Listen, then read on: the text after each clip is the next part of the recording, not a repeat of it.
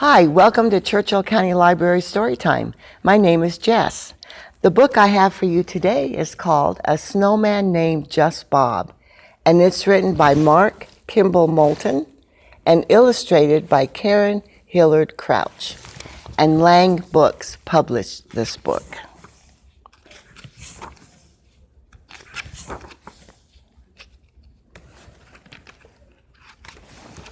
It was late that one Thanksgiving when Bob first came to me.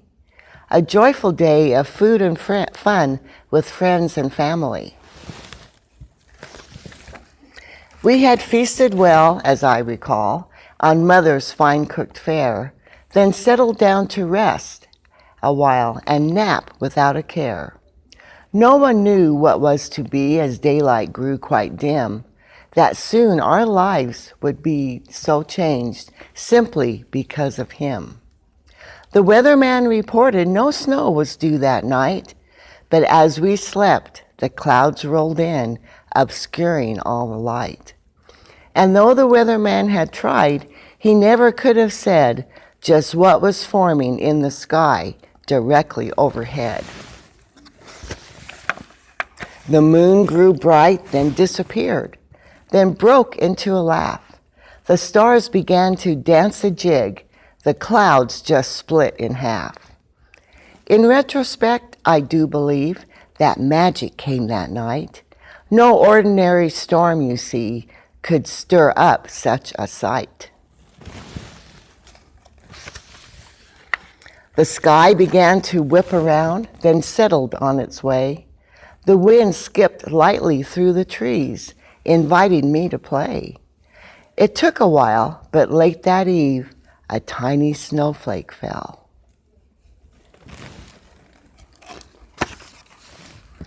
It may sound odd, but this is true. You could almost feel the smell. There was freshness in the country air on that November night as one flake turned to many and spread a cloak of white.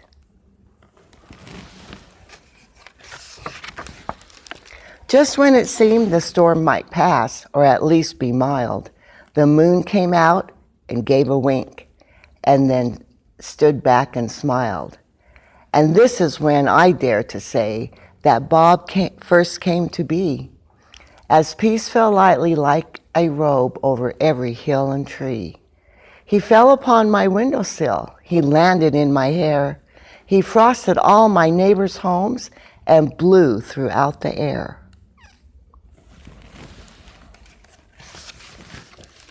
And after all that mystery, I hoped that I would view a friendly face among those flakes, providing me a clue. The snow took on an eerie coat, first pink, then blue, then gold, then anxious little whirlwinds leaped around my feet so bold. 'Twas then I heard a whisper, so gentle, soft, and kind. He wanted me to help him, and of course I wouldn't mind. To gather up those many flakes and roll them in a ball till he could be and be with me in shape and form and all. But Bob, I cried, I just don't know where you are in all of this, 'cause all of you is everywhere throughout this snowiness. You're scattered over everything, so how do I begin to gather all your goodness and make a perfect friend? Suddenly the whisper stopped. Sir Moon then took a bow. He bestowed on me this message I offer to you now. Friendship is simple. The clue is just to start, as long as it is built on trust and love from in your heart. I ran into my mother's house to wake those sleepy folk and bid them come and help me roll and pat and poke and build that grand old snowman and do a right good job to bring to life my special friend, my snowman named Just Bob. We laughed and sang and ran about as Bob began to be.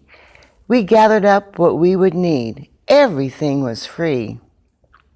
Some coal for eyes, a carrot nose, some sticks, a scarf, a hat, a smile so wide it warmed your heart, a coat, and that was that.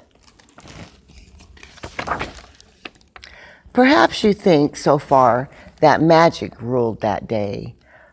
So far will seem like nothing to what was on its way. For this is when our new friend Bob decided to awake. He opened up his twinkly eyes, his belly it did shake. His voice, I do remember, was something of a dream. His countenance so pleasing and earthly it did seem. And though you might be doubtful, a talking friend made out of snow, this is what we learned from Bob. He wanted us to know. You given me my eyes so I might see and blink, a mouth, a hat, a carrot nose, so I might speak and think. The scarf indeed is cozy. It's sure to keep me warm, and thank you all for giving me such a shapely form. I hope it snows aplenty, so I might stay and share in all your loving friendship, your thoughtful, tender care. But when it warms, or if in spring you miss that I'm not here, put a sign in your front yard that reads just, Bob was here. Well, that was it. 'Twas all Bob said, that dreamy starry night. He'd said his piece, he closed his eyes, yet everything seemed right. We all joined in celebration, for his message was quite clear, that just like all good faithful friends, Bob is always near.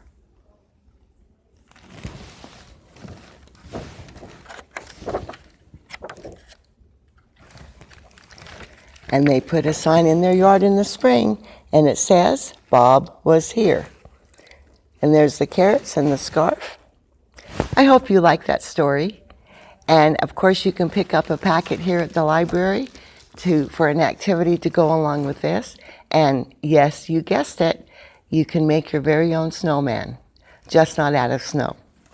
Okay, I'll see you next time. Thanks for joining me today.